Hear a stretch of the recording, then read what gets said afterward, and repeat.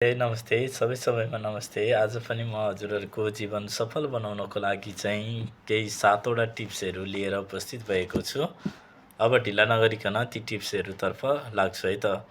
जस्तै 1 नम्बरमा रहेको छ, जहाँ गल्ती छैन त्यहाँ तपाईँ कहिले पनि नझुक्नुहोस् है। आफ्नो गल्ती नै छैन भने त्यसमा कहिले पनि झुक्ने बानी नगर्नुहोला।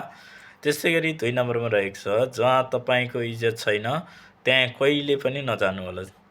जस्तै तपाईँको इज्जतै गर्दैनन् भने त्यो ठाउँमा तपाईँ कहिले पनि नजानुहोला। त्यस्तै गरी 3 नम्बरमा रहेको छ, जो नजरबाट गिर्छ उसलाई कहिले नउठाउनुहोस् है। एकताल तपाईँको नजरबाट नराम्रो भइसकेपछि त्यसलाई छोडिदिनुहोस्, नउठाउनुहोला।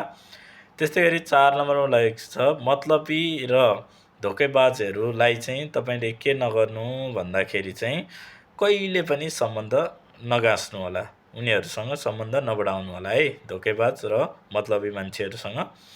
जुन कर्जा तिर्न सक्नुहुन्न है, अर्को नम्बरमा रहेको छ 5 नम्बरमा, जुन कर्जा तिर्न सक्नुहुन्न त्यो कर्जाहरू चाहिँ तपाईँले नलिनु होला है, कहिले पनि नलिनु होला है। किनभने त्यसले झन् बढी समस्या उत्पन्न हुन्छ।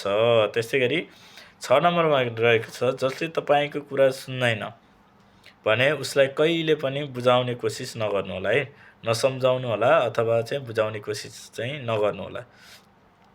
र अन्तिम नम्बरमा रहेको छ, जसले तपाईँको दुःख बुझ्दैन, हेर्नुहोस् है, तपाईँको दुःख नै बुझ्दैन भने उसलाई कहिले आफ्नो दुःख नसुनाउनुहोस् है।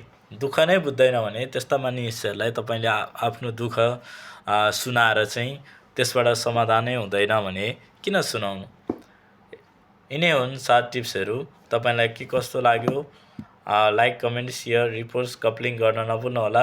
र सबै सामु चाहिँ यो भिडियो पुर्याउनको लागि पनि हजुरले साथ दिनुहुन्छ भन्ने ठुलो आशासहित आजको लागि चाहिँ म परदेशी कान्छो दिनेश गौतम हजुरहरू सामु बिदा हुन्छु।